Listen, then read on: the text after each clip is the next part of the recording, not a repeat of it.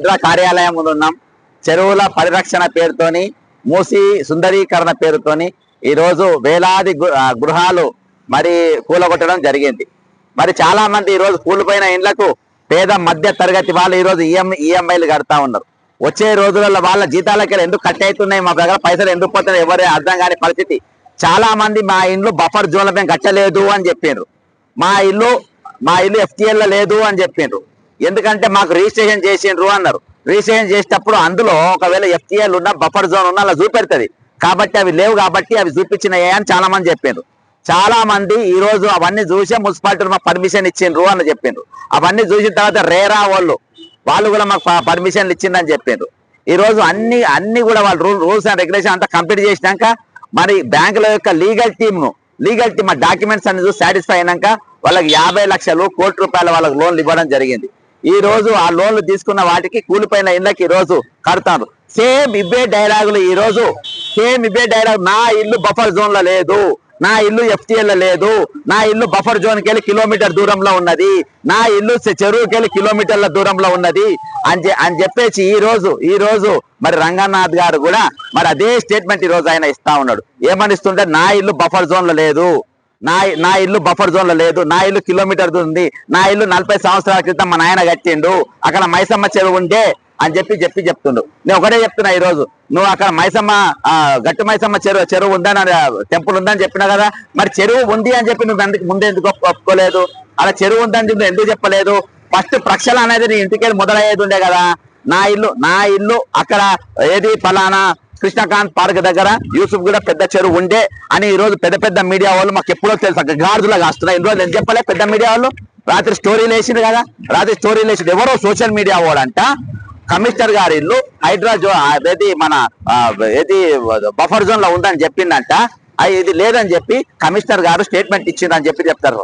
అరే మీరు ఎవరు ఏ సోషల్ మీడియా యాక్టివిటీస్ ఇది బయట పెట్టిన పేరు తెలియకుండా మీరేం జర్నలిస్టులా?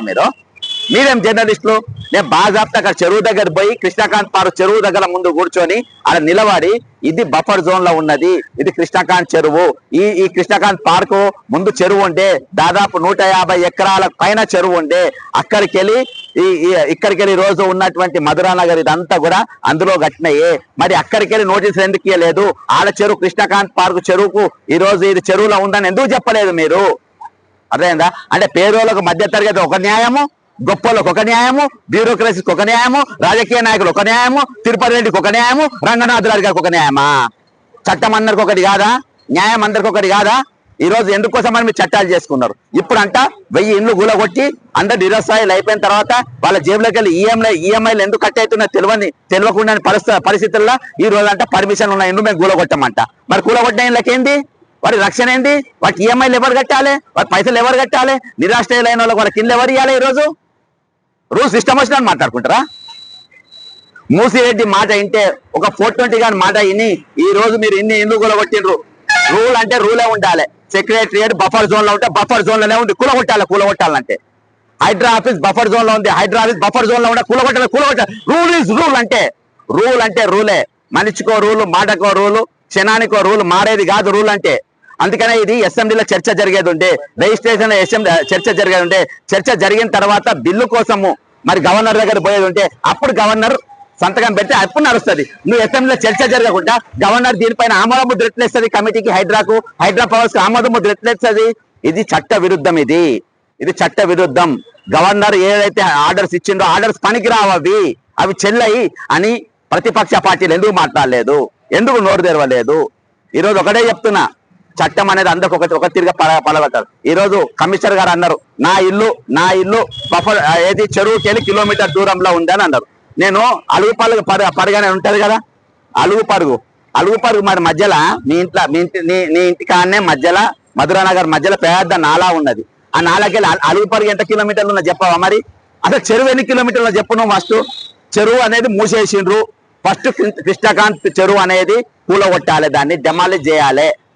ఆ చెరువు ఎంత విస్తీర్ణం ఉన్నదో ఫస్ట్ అది బయటపెట్టు. దాని FTL ఎంత ఉందో బయటపెట్టు. అది మీ ఇంటి దాకుండే, మీ ఇల్లు కాదు.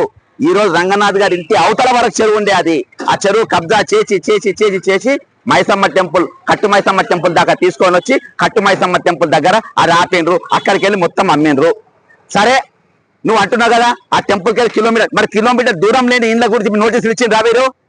నోటీసులు ఇచ్చిండ్రా మీరు? యూసుఫ్ కూడా చెరువు పక్కన ఉన్నది కిలోమీటర్ లోపల నోటీసులు ఇచ్చిండ్రా ఈ రోజు? ఇయ్యలే. ఎందుకంటే అది తిరుపతి రెడ్డి ఇల్లు కాదు కదా, తిరుపతి రెడ్డి సంబంధమైన ఇల్లు కదా, ఇవి మా ఇల్లు కదా, మేమెందుకు కూడా కొడతాం, మేమెందుకు నోటీసులు ఇస్తాం? ఈ రోజు ఇది హెచ్ఎండిఎలా ఈ లిస్ట్ లో ఎందుకు లేదు? హెచ్ఎండి చెరువులల్లా యూసుఫ్ కూడా చెరువు లిస్ట్ ఎందుకు లేదు? ఈ యూసుఫ్ కూడా చెరువు లిస్ట్ ఇక్కడ, ఇది యూసుఫ్ కూడా చెరువు, ఇది యూసుఫ్ కూడా చెరువు. ఈ చెరువు హెచ్ఎండిఏ లిస్ట్ లో ఎందుకు లేదు? ఎందుకు లేదు? ఇక్కడ కృష్ణకాంత్ పార్క్ ఉంది, దీనికి నోటీస్ ఎందుకు ఇవ్వలేదు? దీన్ని ఎందుకు పలగొట్టరు? ఇటువంటి ఎందుకు చెరువులు ఇయ్యలే? ఇక్కడ ఉన్న ఇల్లు, ఈ ఇల్లు ఇక్కడ ఉన్నది రంగనాథ్ గారి ఇల్లు ఇక్కడ ఉన్నది, ఓకేనా? ఈడున్నది. మరి ఇక్కడ ఉన్న ఇళ్ళ సంగతి ఏంది? ఈడున్నది ఇళ్ళ సంగతి ఏంది? ఇక్కడ వరకు ఉండే చెరువు, ఇక్కడ వరకు ఉండే, అదే మీరు పూసి ఇక్కడ పోయి ఇక్కడ గట్టి మైసమ్మ టెంపుల్ కట్టిండ్రు, ఇక్కడ రోడ్డు కట్టిండ్రు, ఇక్కడ పార్క్ ఉన్నది. ఆడ ఇప్పుడు చెప్తున్నా తెలంగాణ ప్రజల, కృష్ణకాంత్ పార్కు అక్రమమే, పక్కన ఉన్న రోడ్డు అక్రమమే, ఆ పక్కన ఉన్న నాలా పక్కన ఉన్న ఇల్లు అక్రమమే, రంగనాథ్ గారి ఇల్లు కూడా అక్రమమే. మీడియాని తీసుకపోయి అక్కడ ఎవరో సోషల్ యాక్టివిటీస్, ఎవరో సోషల్ మీడియా చెప్పలే, బక్క జెడ్సన్, సన్న బక్క జెడ్సన్ ఇది బయట పెట్టిండు. ఈ రోజు నష్టపరిహారం అయినది ఈఎంఐలు ఎవరైతే బ్యాంకులలో నష్టపోయిన వాళ్ళందరూ ఈఎంలు ప్రభుత్వం కట్టాలి. ఎఫ్టిఐ కంపన్సేషన్ ఫండ్ అనేది సపరేట్ గా బయటికి తీయాలి. 1,50,000 కోట్ల రూపాయలతో మూసి సుందరీకరణ పేరుతో రేవంత్ రెడ్డి మూసిరెడ్డి వాళ్ళు నాకేద్దామని చూస్తున్నారు కదా, ఆ నాకేసే పైసలల్లా కంపన్సేషన్ ఫండ్ అనేది బయటికి తీయాలి సపరేట్ గా. వీళ్ళందరూ కూడా నష్టపరిహారం ఇవ్వాలి అని నేను డిమాండ్ చేస్తున్నా. అక్కడ కృష్ణకాంత్ పార్క్ డెమాలిష్ చేయాలి. అక్కడనే ఉన్న ఇండ్లను కూలగొట్టాలంటలేను, కూలిపోయిన ఇండ్లకు మాత్రం ఖచ్చితంగా మార్కెట్ రేట్ ప్రకారం ఒక జ్యుడిషియల్ కమిటీ వేయాలి. ఆ జ్యుడిషియల్ కమిటీ వేసి వాల్యుయేషన్ వేయాలి. ఆ వాల్యుయేషన్ ప్రకారం వాళ్ళకి కంపెన్సేషన్ ఇవ్వాలని చెప్పేసి నేను డిమాండ్ చేస్తున్నా. 100% రంగనాథ్ గారు మీ ఇల్లు బఫర్ జోన్ లోనే ఉన్నది. ఇక ఇప్పుడే నీకు నీ ఆఫీసర్ ఖైదం ఇచ్చిన, మీరు రూల్ అంటే రూల్ లెక్క మాట్లాడదాం, రూల్ కాదనంటే నేను కూడా అవసరమైతే కోర్టు వరకు కూడా పోతా.